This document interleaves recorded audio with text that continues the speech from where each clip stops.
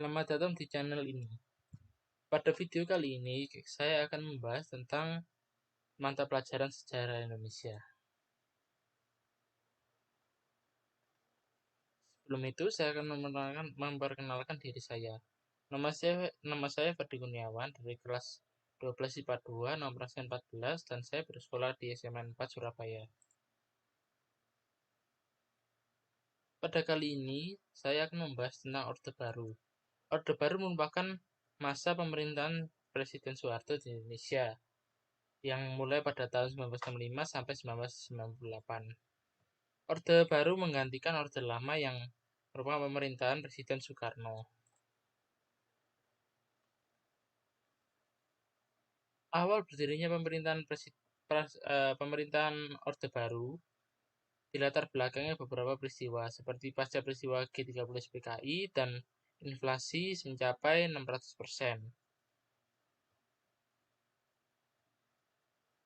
Akibat peristiwa-peristiwa di atas atau kondisi di atas, masyarakat membentuk beberapa kesatuan aksi seperti KAPI, KAMI, KPPI, KABI, dan KAWI. Pada 26 Oktober 1965, berbagai kesatuan aksi yang terbentuk sebelumnya melebur menjadi satu wadah, yaitu Front Pancasila. Peleburan ini menjadi kekuatan yang lebih kuat dan lebih masif dalam menyuarakan pembubaran PKI. Situasi yang terus-menerus memanas mengakibatkan Front Pancasila melopori aksi Tri Tuntutan Rakyat Tritura. Aksi yang dilakukan oleh Front Pancasila tersebut pada awalnya merupakan gagasan dari KAMI dan KPPI.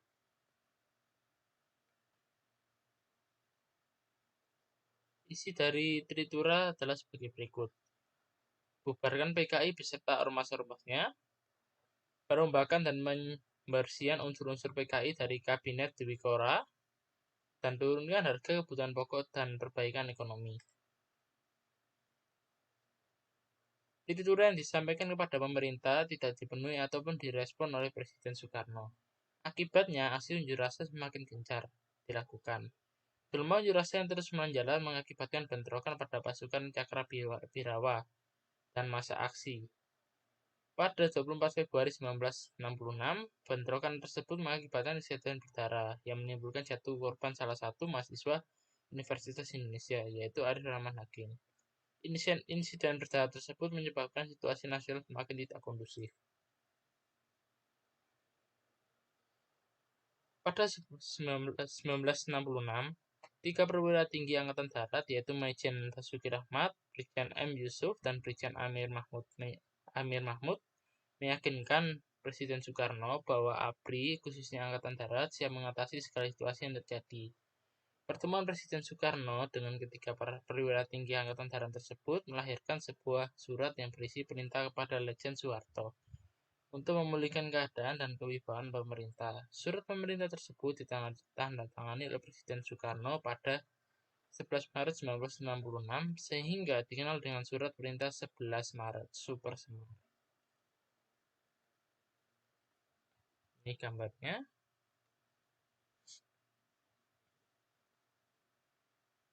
Upaya menciptakan stabilitas politik. Pada awal Presiden Soeharto menjabat, yang langkah awal yang dilakukan Presiden Soeharto adalah mendorong dirinya membubarkan dan melarang PKI beserta organisasi-organisasi masanya. Selain itu, Presiden Soeharto menyerukan mahasiswa dan pelajar untuk kembali ke kampus dan sekolah. Langkah politik yang diambil oleh Presiden Soeharto adalah sebagai berikut, yaitu politik pendekatan keamanan dan politik sipil. Implementasi dari politik pendekatan keamanan ditunjukkan dengan menjaring pihak-pihak yang loyal terhadap Presiden Soeharto, sekaligus melakukan depolitisasi terhadap pihak-pihak yang mengganggu legitimasi pemerintah. Implementasi politik sipil ditunjukkan dengan organisasi bersyariat bersama golongan karya, Sekber Golkar. Upaya lain yang dilakukan oleh pemerintah Orde Baru yaitu melakukan reorganisasi pada beberapa tubuh kelembagaan negara.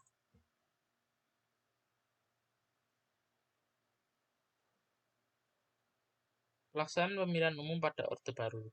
Pemilihan umum pada masa Orde Baru dasarnya pada ketetapan MPRS nomor 9 MPRS tahun 1996.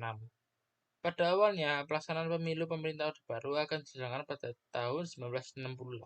Akan tetapi, kondisi politik dan keamanan yang tidak memungkinkan menyebabkan pemilu baru dapat dilaksanakan pada tahun 1971 dengan keikutsertaan 10 partai politik. Selama masa pemerintahan Orde Baru, pemilu dilaksanakan sebanyak 6 kali, yaitu tahun 1971, 1977, 1982, 1987, 1992, dan 1997. Pemilu masa Orde Baru selalu dimenangi oleh Golkar, yang menjadikan Presiden Soeharto berturut-turut menjabat selama 32 tahun.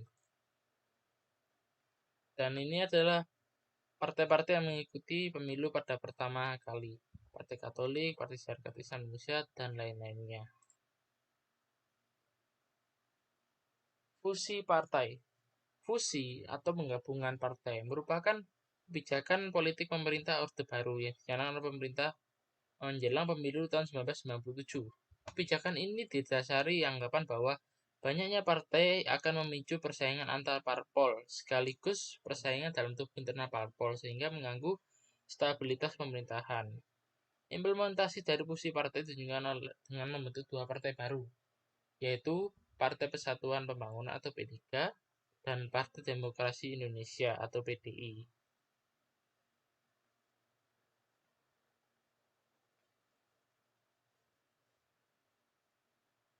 Dari partai-partai sebelumnya yang menjadi anggota partai P3 adalah NU, Parmusi, PSII, dan PERTI. Untuk PDI yang gabung adalah PNI, Perkindo, Partai Katolik, Partai Murba, dan IPKI. Dwi fungsi ABRI. Dwi fungsi ABRI dapat diartikan peran ganda ABRI dalam kedudukannya di pemerintahan. Menurut Presiden Soeharto, ABRI ikut menentukan haluan negara dalam pemerintahan. Kebijakan tersebut dilakukan karena tak terdapat isu konflik internal mengenai anggota ABRI, pendukung Soekarno, dan pendukung Soeharto. Tindakan tersebut dilakukan agar tidak terjadi perpecahan yang menimbulkan instabilitas nasional. Penyeragaman ideologis. Penyeragaman ideologis digalakan oleh pemerintahan Orde Baru melalui ideologi Pancasila.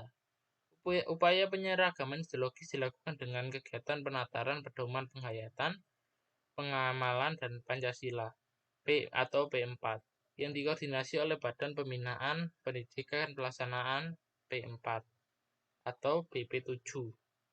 Semua pegawai negeri sipil maupun militer hingga mahasiswa dan pelajar wajib mengikuti penataran P4.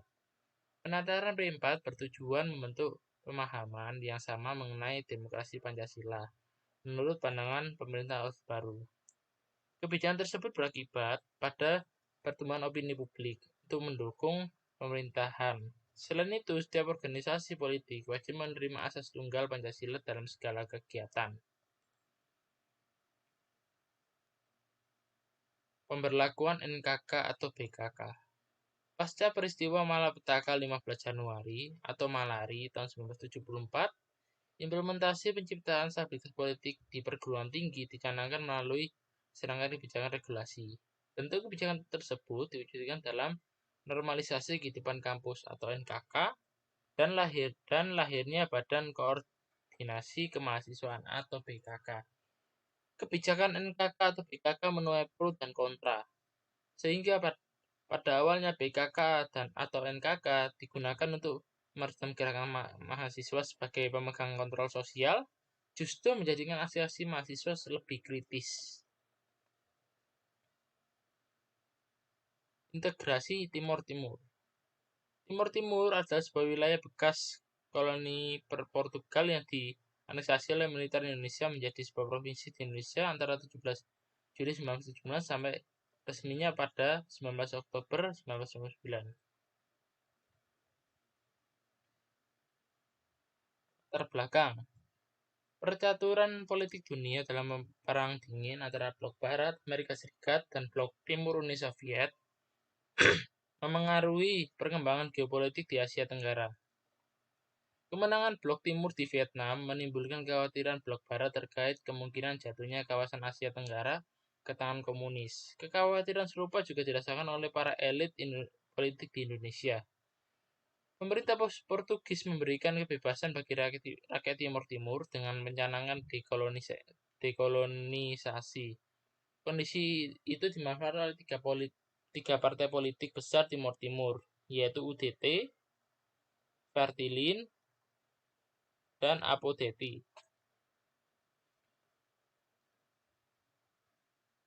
Iklim perpolitikan internal semakin memanas ketika partai politik tersebut memiliki cita-cita berbeda terhadap masa depan Timur Timur. UDT menginginkan Timur Timur merdeka secara bertahap. Sedangkan Frente Revolucionaria de Timor Leste Independence menginginkan kemerdekaan secepat-cepatnya. Adapun Apodeti berpandangan bahwa bergabungnya Timur Timur ke Indonesia merupakan pilihan yang terbaik. Menurut Apodeti, hubungan geografis dan historis dengan Indonesia akan memperkuat stabilitas politik di wilayah Timur Timur. Seiring berjalannya waktu, UDT dan dua partai kecil, yaitu Kota dan Trabalista, menyatakan sepakat dengan Apodeti untuk berintegrasi dengan Indonesia melalui deklarasi Balibo pada 30 November 1975.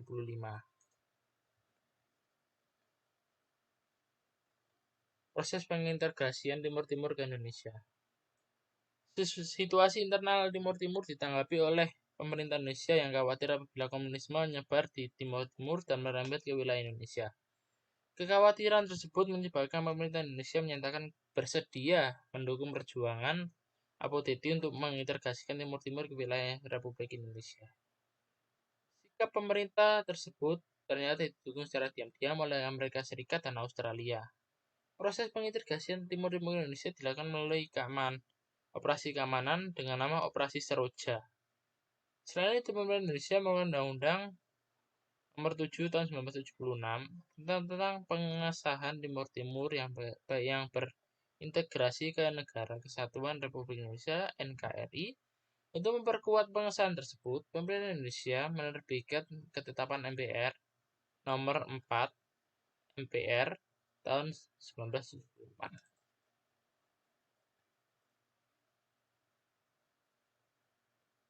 Politik luar negeri bebas aktif. Penerapan kembali politik bebas aktif bertujuan memulihkan stabilitas nasional dan mempercepat pembangunan. Kebijakan politik luar negeri bebas aktif yang diterapkan menjadikan Indonesia mengakhiri konfrontasi dengan Malaysia dan kembali aktif dalam PBB.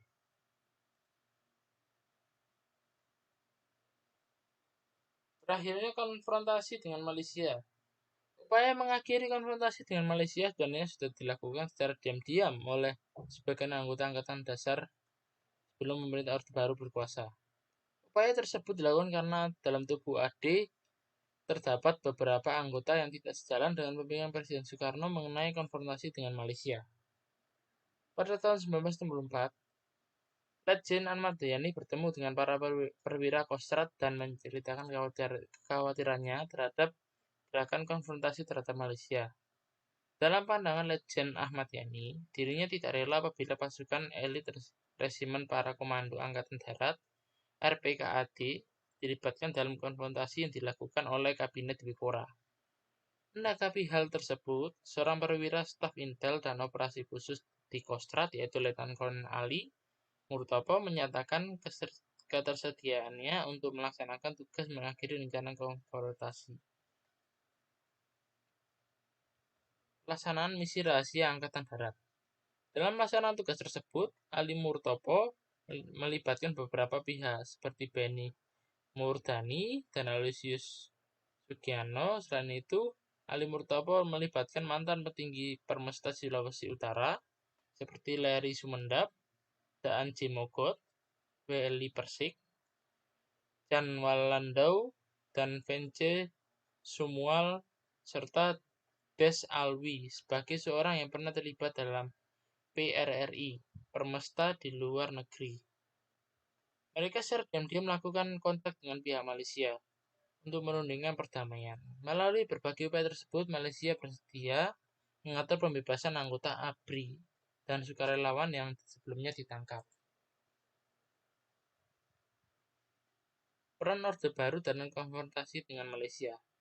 Misi rahasia yang dilakukan oleh sebagian anggota AD membuka jalan terang perdamaian ketika pemerintah Orde Baru mulai memegang kendali. Kepemimpinan negara. Menteri Luar Negeri Menlu Adam Malik secara formal bertemu dengan Menlu Malaysia, Tun Abdul Razak, untuk merumuskan perdamaian pada 29 Mei 1 Juni 1996 di Bangkok, Thailand. Dengan perjanjian damai tersebut, Indonesia dan Malaysia akhirnya dapat melakukan kerjasama bilateral di berbagai bidang.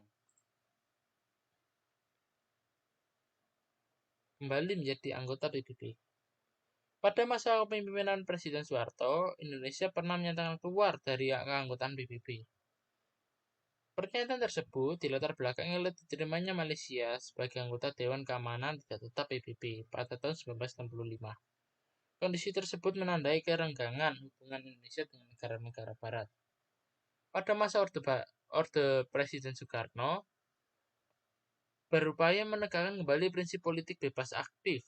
Dengan melaksanakan politik bebas aktif tersebut, Indonesia kembali menjadi anggota PBB pada 28 September tahun 1966. Kembalinya Indonesia sebagai anggota PBB mendorong Indonesia berperan aktif dalam menjaga perdamaian dunia, seperti sebagai mediator konflik di Kamboja dan di Filipina, serta pengiriman kontingen Garuda ke daerah-daerah konflik di Timur Tengah. Pelopor pembentukan ASEAN.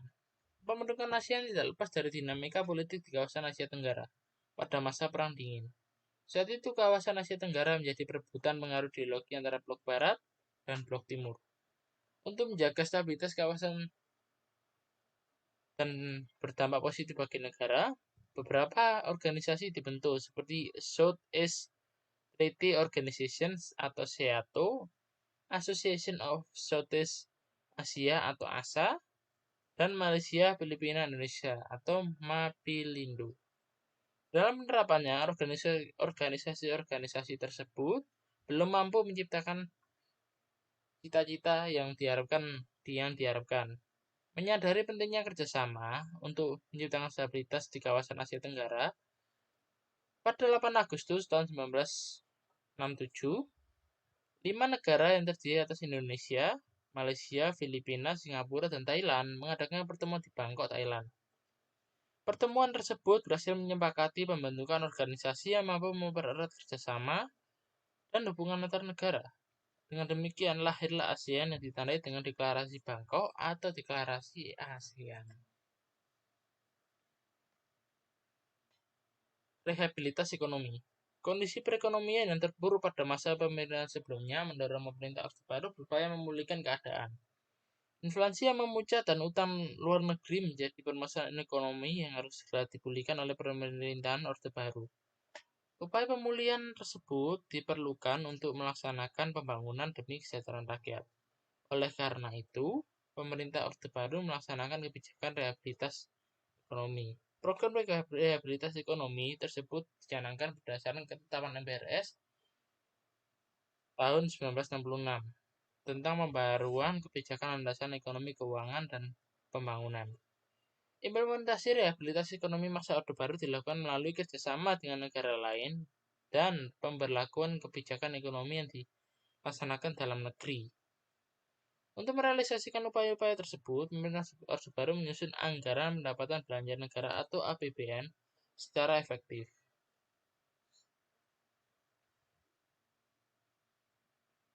Implementasi pembangunan. Keberhasilan pemerintah Orde Baru dalam memperbaiki tingkat inflasi mendorong pemerintah Orde Baru mengimplementasikan pembangunan selanjutnya. Gagasan pembangunan yang dilaksanakan pemerintah Orde Baru berdasarkan pada trilogi pembangunan yang mencakup aspek-aspek berikut.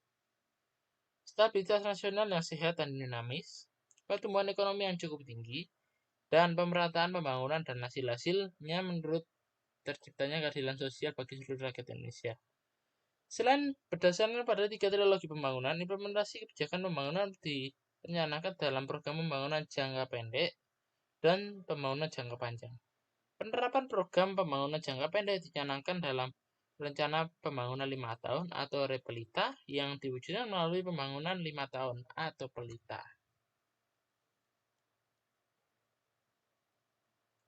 Dalam suatu pemerintahan pasti ada dampak yang dirasakan dari suatu kebijakan atau perubahan. Dampak dapat dinampingi kebijakan dalam bidang politik. Perubahan kebijakan politik di pemerintahan Orde Baru menjadikan pemerintahan Presiden Soeharto memiliki dominasi besar terhadap jalannya roda pemerintahan. Kondisi demikian menimbulkan kesan otoritarianisme atau otoriter dalam menyelenggarakan kebijakan negara. Selain itu, negara memiliki peranan yang kuat dalam mengatur kebijakan yang diterapkan sehingga pemerintahan pada masa ini bersifat sentralistik atau lebih terpusat pada pemerintahan pusat. Dalam partisipasi politik praktis, pemberlakuan demokratisasi hanya dijalankan sesuai pemahaman pemerintahan Orde Baru. Kebijakan versi partai justru mendorong terjadinya dominasi kelompok tertentu dalam pemerintahan. Kegiatan tersebut disemati oleh kewajiban ABRI dan pegawai negeri sipil atau PNS untuk mendukung Golkar dalam pemilu. Hal tersebut menyebabkan setiap pemilihan umum, Golkar selalu memenang dan Presiden Soeharto dapat kembali memimpin Indonesia. Dua partai lainnya, PDI atau P3, hanya sebagai pelengkap untuk memenuhi kesan penyelenggaraan demokrasi.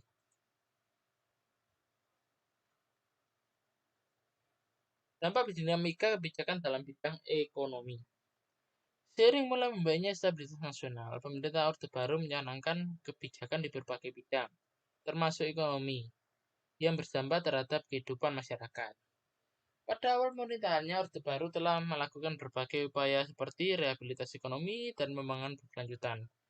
Upaya-upaya tersebut membuahkan hasil positif. Pada 1969 sampai 1994, Indonesia mengalami peningkatan PDB sebesar 6,8% setahun. Selama waktu tersebut, penambahan rata-rata penduduk sebesar 2% setahun dan memungkinkan PDB per kapita rata-rata tahunannya mencapai 4,8%. Pencapaian pertumbuhan ekonomi pada masa itu diiringi oleh keberhasilan pemerintah Orde Baru dalam mewujudkan swasembada beras pada pertengahan tahun 1980-an.